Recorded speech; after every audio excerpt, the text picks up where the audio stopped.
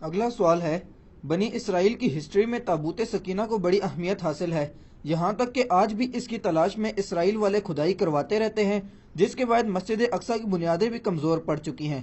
آخر اس تابوت میں کیا خاص چیز ہے جس کی تلاش ہے؟ اس تابوت کے ساتھ اسی طرح کی عقیدت وابستہ ہے جیوز کی، جس طرح کی ہماری عقیدت نبی صلی اللہ علیہ وآلہ وسلم کے تبرکات کے ساتھ ہے۔ تابوت سکینہ میں سیدنا موسیٰ علی نبینا و علیہ الصلوۃ والسلام اور سیدنا ہارون علی نبینا و علیہ الصلوۃ والسلام کے تبرکات موجود ہیں، یعنی عصا موسوی، یہ جو وہ کلیم کرتے ہیں۔ اسی طریقے سے ان کا جبہ مبارک، تورات کی تختیاں جو اللہ تعالیٰ نے دی تھیں کوہ طور پہ ان کو، وہ یہ کلیم کرتے ہیں یہ ساری چیزیں تابوت سکینہ میں موجود ہیں۔ سکینہ یعنی دل کو سکون دینے والی تابوت، ایک ایسا بکسا بڑا سا جس میں ان کے دل کے سکون والی چیزیں موجود ہیں۔ ہمارے لیے یہ امپورٹنٹ اس لیے بھی ہو جاتا ہے کہ قرآن حکیم میں تابوت سکینہ کا ذکر آیا ہے، تو ظاہر ہے کہ اگر بنی اسرائیل کی ہسٹری کی کسی بات کو قرآن بیان کر رہا ہے اور اس کو منوان اسی امپورٹنس کے ساتھ بیان کر رہا ہے تو پھر وہ پھینکنے والی بات تو نہیں ہے۔ تابوت سکینہ کا ڈیٹیل ذکر جو ہے وہ آپ کو سورۃ البقرہ کے اندر پارہ نمبر 2 کے بالکل اینڈ میں ملے گا۔ بنی اسرائیل کی ہسٹری کے پوائنٹ آف ویو سے میں آیات آپ کو بتا دیتا ہوں۔ اصل میں بنی اسرائیل کے بارے میں سورہ بنی اسرائیل کے سٹارٹ میں ہے کہ اللہ تعالیٰ نے ان پر 2 عروج اور 2 زوال بھیجے تھے۔ ان کا جو پہلا عروج ہے نا، وہ حضرت طالوت علیہ السلام کے ذریعے ہے، اور اس کے بعد حضرت داؤد علیہ السلام منظر عام پہ آئے، اور پھر ان کے بیٹے سلیمان علیہ السلام۔ ان کی جو پہلی خلافت راشدہ ہے وہ ان 3 بندوں پر مشتمل ہے، حضرت طالوت کے 16 سال، حضرت داؤد کے 40 سال، اور سلیمان علیہ السلام کے بھی 40 سال۔ آلموسٹ آپ سمجھ لیں 100 سال ان کی خلافت راشدہ رہی ہے۔ ان کا وہ پہلا عروج تھا۔ اس میں میرا مسئلہ نمبر 127A ڈیٹیل سے ریکارڈڈ موجود ہے۔ اس کا آغاز کہاں سے ہوا کہ جو وقت کے پیغمبر تھے سموئیل، ان کا نام قرآن میں نہیں ہے لیکن تورات میں ہمیں ملتا ہے، ان کو بنی اسرائیل نے کہا کہ ہم کافروں کے ہاتھوں پٹ رہے ہیں، آپ ہمارے لیے کوئی ایسا سپہ سالار مقرر کریں کہ اس کے نیچے ہم جہاد کریں اور ہم کافروں سے یروشلم اور شام کی حکومت واپس چھینیں، ہمارے آباء و اجداد کا وہ مسکن ہے۔ یہ پورے کا پورا واقعہ سورۃ البقرہ میں پارہ نمبر 2 کے بالکل آخری 2 صفحے پڑھیں نا، پارہ نمبر 2 کے آخری 2 صفحے، جہاں سے تیسرا پارہ شروع ہوتا ہے اس سے پہلے والے، وہ سٹارٹ ہی اس سے ہوتا ہے۔ اب میں ساری آیات پڑھ کے اگر بیان کروں گا تو آدھا پونا گھنٹہ لگ جائے گا۔ اصل میں جو چیز ہے وہ تابوت سکینہ والی ہے، وہ میں آپ کو بتا دوں گا۔ تو پھر حضرت سموئیل علیہ السلام نے ان کے لیے جو ہے وہ طالوت کو مقرر کیا ان کا سپہ سالار۔ حالانکہ انہوں نے پہلے کہا تھا کہ جب میں سپہ سالار مقرر کروں پھر آپ نے اختلاف نہیں کرنا، وہی ہوا۔ انہوں نے کہا کہ یہ ایک عام سا آدمی ہے، غریب آدمی ہے، اس کا اونچا سٹیٹس نہیں ہے، تو انہوں نے کہا کہ اللہ تعالیٰ نے اسے علم اور جسم میں طاقتور بھی تھا اور علم بھی تھا، تم پہ فوقیت دی ہے۔ اللہ تعالیٰ نے یہ تو نہیں دیکھنا بھی کون اونچی نسل کا ہے، اللہ کے لیے تو سارے برابر ہیں۔ تو اس وقت پھر اللہ تعالیٰ نے وحی کے ذریعے حضرت سموئیل علیہ السلام کو ایک چیز بتائی تھی جس کی وجہ سے بنی اسرائیل کو صبر آ سکتا تھا، اور وہ یہ ہے جب انہوں نے اختلاف کیا انہوں نے علمی دلائل تو رکھے لیکن یہ کہاں سے یہ لوگ ماننے والے بنی اسرائیل، تو وہ اللہ تعالیٰ نے سورۃ البقرہ کی آیت نمبر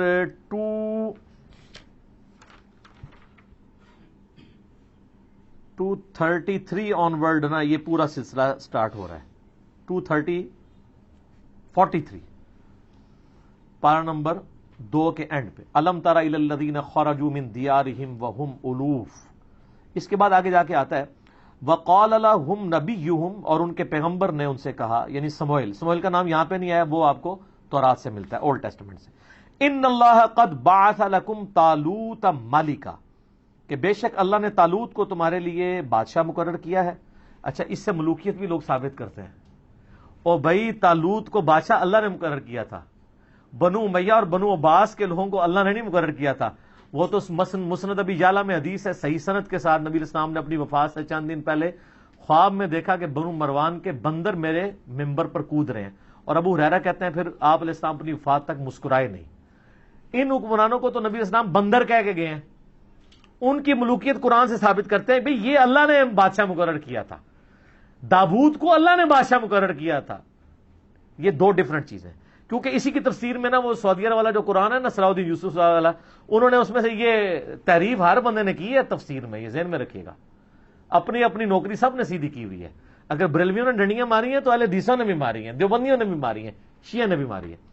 ہم نہیں مارتے. کیوں؟ کیونکہ نام ہے بابی، نام ہے بابی، میں ہوں مسلم، علمی کتابی. اچھا جی. قالوا انا یکون لہ الملک علینا ونحن احق بالملک. وہ کہنے لگے یہ ہم پہ کیسے بادشاہت کر سکتا ہے جبکہ ہم زیادہ حقدار ہیں. ولم یؤت سعہ، جبکہ اللہ تعالیٰ نے اسے کوئی وسعت نہیں دی، من المال، مال میں سے. قال ان اللہ اصطفاہ، انہوں نے کہا اللہ نے چنا ہے. یہ بنو امیہ بنو عباس کو اللہ نے نہیں چنا، ان کو اللہ نے چنا ہے. علیکم، تم پر. وزادہ بسطۃ فی العلم والجسم، اور دیکھو اس کو کشادگی دی ہے تم پر علم اور جسم کے ذریعے. طاقتور بھی ہے، علم والا بھی، یہ کرائٹیریا. واللہ یؤتی ملکہ من یشاء، اللہ جسے چاہتا ہے اپنا ملک دیتا ہے. واللہ واسع علیم، اللہ تعالیٰ وسعت والا، علم والا ہے. وقال لهم نبیہم، پھر ان کے نبی نے ان سے کہا، ان آیت ملکہ، بے شک اس کی جو حکمرانی کی نشانی یہ ہے، یعنی یہ اللہ کی طرف سے اللہ کی تائید طالوت کو حاصل ہے، اس کی نشانی یہ ہے این یاتیکم التابوت، کہ تمہارے پاس وہ تابوت آ جائے گا واپس، فیہ سکینہ، جس میں تمہارے لیے دل کا سکون ہے.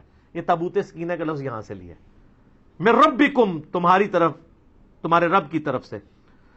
وبقیتم مما ترک آل موسیٰ و آل ہارون، جس کے اندر موسیٰ علیہ السلام اور ہارون علیہ السلام کے چھوڑے ہوئے یعنی تبرکات آپ کہہ لیں اس کو، یا اس کے یعنی باقیات موجود ہیں.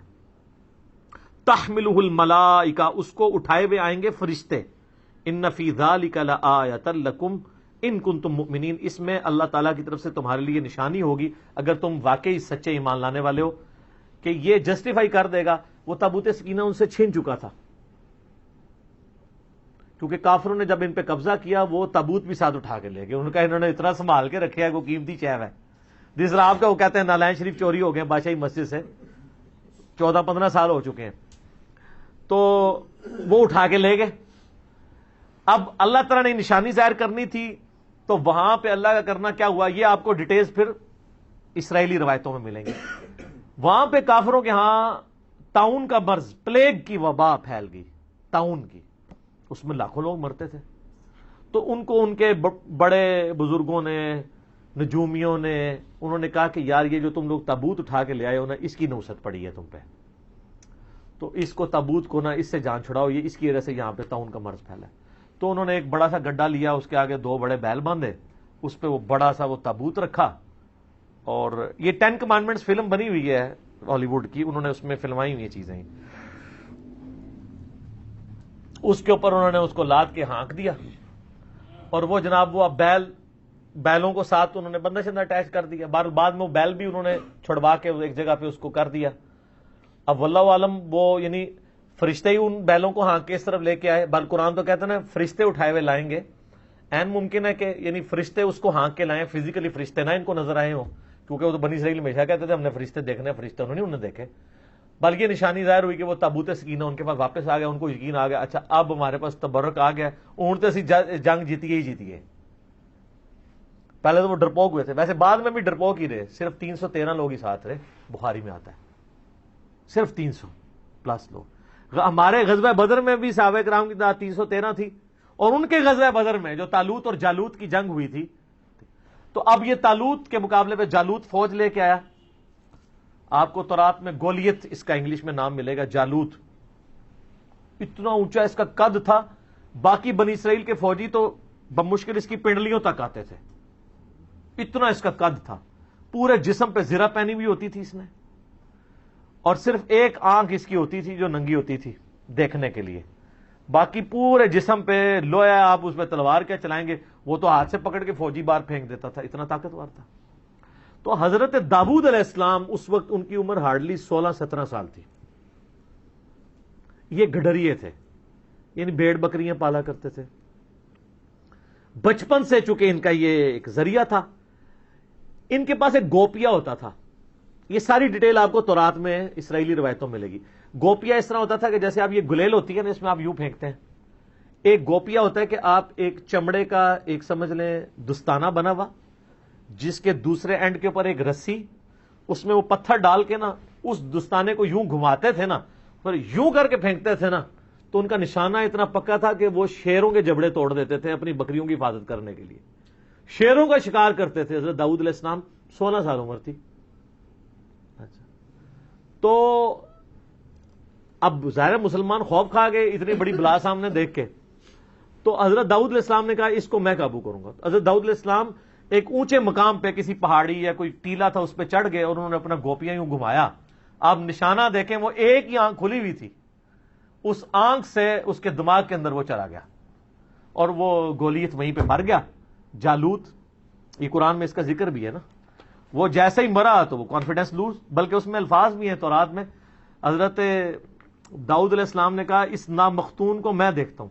یعنی بنی اسرائیل جو ہے نا، وہ جو جنٹائلز ہیں نا ادر دین بنی اسرائیل، ان کو نامختون کہتے تھے. یہ ختنے نہیں کرواتے، ہم ابراہیمی ہم ختنے کرواتے ہیں، تو کافروں کو نامختون کہتے تھے. کہتے میں اس نامختون کو دیکھتا ہوں. پھر اس میں اب آپ دیکھیں نا، اس میں اللہ تعالیٰ نے ذکر بھی کیا ہے نا، انہی آیات میں آگے چل کے آتا ہے کہ اللہ تبارک و تعالیٰ نے کس طریقے سے وَقَتَلَ داوود جالوت، قتل کر دیا داود نے جالوت کو. وَآتَاهُ اللَّهُ الْمُلْكَ وَالْحِكْمَةَ، تو اللہ نے ان کو بادشاہت اور حکمت. وَعَلَّمَهُ مِمَّا يَشَاءُ، اور اپنے علم میں سے جو چاہا سکھا دیا. یعنی پھر حضرت داؤد علیہ السلام منظر عام پہ آ گئے. وہ تو پھر سمجھ لیں آپ مین آف دا میچ قرار پائے نا اس پوری جنگ کے. تو پھر حضرت جو طالوت تھے، جو آرمی چیف تھے، انہوں نے اپنی بیٹی کی شادی کر دی حضرت داود کے ساتھ. 16 سال تک حضرت طالوت پھر مسلمانوں کے حکمران رہے. جب وہ فوت ہوئے تو ان کے سکسیسر پھر بنے حضرت انہی ساری چیزوں کو تو وہ پلی لیتے ہیں نا شیعہ بھی. وہ کہتے ہیں حضرت طالوت کا داماد جو ہے وہ سکسیسر بنا ہے تو مولا علی کو بھی بننا چاہیے تھا. دوسری وہ دلیل اس سے لیتے ہیں کہ دیکھیں قرآن نے کرائٹیریا بتایا ہے کہ کرائٹیریا کسی بندے کا عمر میں بڑا ہونا نہیں ہے، علم اور جسم میں. تو وہ کہتے ہیں حضرت علی بہادری میں بھی باقی صاحب سے زیادہ تھے اور علم میں بھی زیادہ تھے، تو حضرت علی کا حق بنتا تھا. یعنی وہ دلائل قرآن سے بھی پکڑتے ہیں. یہ میں نے ضمن ذکر کیا، میں اب اس ٹاپک کو انٹینڈڈ چھوڑ رہا ہوں. تو وہ سیم یہ والی آیات ہی پڑھ رہے ہوتے ہیں. تو حضرت طالوت کے داماد حضرت داؤد علیہ السلام، پھر وہ 40 سال مسلمانوں کے حکمران رہے. پھر ان کا بیٹا آگے سے حضرت سلیمان ابن داود، وہ 40 سال مسلمانوں کے حکمران رہے اس وقت، یعنی جو مسلمان تھے. تو اس میں وہ تابوت سکینہ کا ذکر ہے. باقی ظاہر تبرکات سے ہمیشہ سے انسانوں کو عقیدت رہی ہے، اور یہ تبرکات کی عقیدت کو بری چیز نہیں ہے اگر وہ جینون ہو. یہ صحیح وسیلہ شخصی ہے، یہ بات یاد رکھیے گا، یہ صحیح وسیلہ شخصی ہے. صحیح بخاری کے اندر حدیث ہے نا کہ ام سلمہ کے پاس کچھ اصحاب آئے تو انہوں نے ان کے پاس آبزرو کیا کہ محلے والے ان کے پاس برتن پانی کے بھیجتے ہیں. تو انہوں نے نبی علیہ السلام کا ایک بال مبارک ایک ڈبیا سے نکالا اور اس ڈبیا کو کہ وہ اس بال مبارک کو اس پانی کے لیے جو برتن تھے اس میں گھول کے تو وہ محلے والوں کو واپس کرتے تھے. تو وہ صحابی نے جب پوچھا تو ام سلمہ ہماری ماں نے، ام المومنین نے کہا کہ نبی علیہ السلام کا یہ بال مبارک ہے میرے پاس، اور ہم اس کا دھون مریضوں کو شفا کے لیے پلاتے ہیں. ان کوئی مریض ہوتا ہے میں اس کو گھول کے دیتی ہوں، شفا ہو جاتی ہے. یہ صحیح بخاری میں ہے سر، یہ کوئی کہانی شریف نہیں ہے، بخاری شریف ہے. لیکن واقعی جینون اگر بال مبارک. صحیح مسلم میں کہ اسما بنت ابی بکر نے نبی علیہ السلام کا ایک کالا کسروانی طیالسی جبہ نکالا. کسروانی طیالسی کہتے کالے جبے کو تھے جو پرشین امپائر کا، فارس کا، جس طرح سندھی اجرک کو ریڈ کہنے کی ضرورت نہیں، وہ ریڈ ہی ہوتی ہے. اور کہا کہ یہ نبی اسلام پہنتے تھے اور ہم اس کا دھون مریضوں کو شفا کے لیے پلاتے ہیں. یہ مسلم شریف میں حدیث ہے. اس میں اسما بنت ابی بکر کہتی ہیں کہ نبی اسلام پہنتے تھے، پھر حضرت عائشہ کے پاس رہا، اور جب میری بہن عائشہ مرنے لگی تو میں نے وفات کے ان سے یہ لے لیا تھا. تو نبی اسلام کے تبرکات سے صحابہ وسیلہ حاصل کرتے تھے. تابوت سکینہ کا ذکر بھی قرآن میں موجود ہے. بس اب اس کے آگے جو صفرے لوگوں نے لگانے شروع کیے نا کہ کچھ کرنے کی ضرورت نہیں ہے، بس تبرکات پہ ہی چلتے رہو، نہ نماز پڑھنے کی ضرورت ہے، نہ کوئی اور کام کرنے کی ضرورت ہے. تو سر پھر تبرکات جن کے پاس کعبہ تھا وہاں پہ بھی جب برے کام آئے تو اس تبرک نے کوئی فائدہ تو نہیں دیا. جس سرزمین میں خانہ کعبہ اور مدینہ شریف سے بڑے کو تبرکات ہیں، جہاں ہمارے نبی علیہ السلام اور ان کے جانثار صحابہ اور اہل بیت کی قبریں ہیں، ان کی جسم دفن ہے. آپ دیکھ رہے ہیں وہاں پہ، کل میں وہ ٹی وی پہ دیکھ رہا تھا، اور رات فتح علی نے بھی، اور وہ خبروں میں سن رہا تھا، اور پتہ نہیں کون کون سے آپ کے موسیقار وہاں پہ جا کے وہ جو ہے وہ راتیں لوگوں کی برباد کر رہے ہیں. ادھر جا کے وہاں پہ کلب کھل گئے ہیں، سب کچھ ہونا شروع ہو گیا. تو وہ برکتوں کا تو کوئی فائدہ نہیں. دنیا پہ قدر ایفٹ ہے، برے کام کریں گے نتائج آخرت میں بھگتیں گے، دنیا میں بھگتے نہ بھگتے. دنیا میں اللہ نے آپ کے ذمہ کیا کہ آپ نے دین کو اسٹیبلش کرنا ہے. تو تبرکات کا فائدہ تبھی ہے جب کرتوت بھی ٹھیک ہو، ورنہ تبرکات سے کچھ بھی نہیں ہوگا. ہاں کرتوت ٹھیک ہو، تبرکات کا وسیلہ ضرور پیش کریں آپ، اس کا فائدہ ہوتا ہے. لیکن جو جعلی تبرکات ہے نا سر، ہم ان کو نہیں مانتے. یہاں تو نبی علیہ السلام کو چھوڑ دیں، انہوں نے بزرگوں کے تبرکات بنائے ہوئے ہیں. آپ کشف المحجوب میں ابو الحسن خرقانی والا چیپٹر کھولیں تذکرۃ الاولیاء میں، وہ کہتے ہیں جی بازید بستامی جو ہے وہ خلیفہ ہیں امام جعفر صادق کے، اور ابو الحسن خرقانی خلیفہ ہیں بازید بستامی کے. اور کہتے ہیں محمود غزنوی نے جب یہاں پہ حملہ کیا تو وہ اس کے حملے ناکام ہوتے تھے، تو ابو الحسن خرقانی کا کرتا اس کے پاس موجود تھا. ایک دن اس نے کرتا پکڑ کے اس کرتے کے وسیلے سے دعا کی تو محمود غزنوی کو فتح ہو گئی. سبحان اللہ. اچھا، وہ کہتے ہیں فتح ہو گئی تو رات کو ابو الحسن خرقانی خواب میں آئے. انہوں نے کہا تو نے میرے کرتے کی اتنی کم قیمت لگائی ہے. ذرا گال سننی کہانی، میں تو کہانی جتنے بھی لبے گی تو میں کٹ کے برے ماراں گا.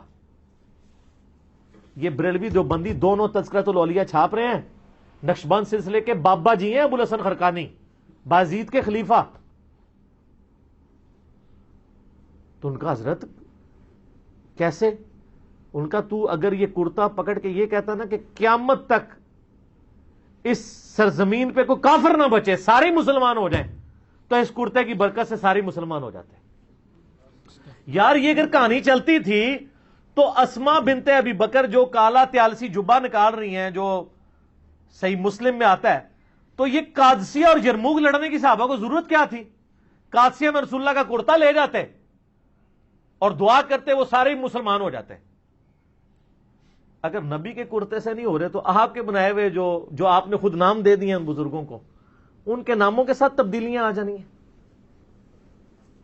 وہ جی وہ بازید بستامی جو ہے نا، وہ ہر وقت چہرے پہ نقاب رکھتے تھے، کیونکہ جس گلی سے گزر جائیں لوگ دیکھ کے کلمہ پڑھ لیتے تھے. ہاں اور سارا سی یہ کہانیاں خود سنا دے رہے ہیں. اچھا، اس کا مطلب وہ لوگوں کو مسلمان مرنا نہیں دیکھنا چاہتے تھے. اچھا میں پوچھتا ہوں، اللہ کے نبی کو بچپن سے لے کے جوانی کی عمر تک ابو لہب نے، ابو جہل نے دیکھا ہے، انہوں نے تو کلمہ کو نہیں پڑھا. جس بندے کی پرائمری رسپانسبلٹی تھی کلمہ پڑھانے کی، اس کو دیکھ کے تو کلمہ نہیں کسی نے پڑھا.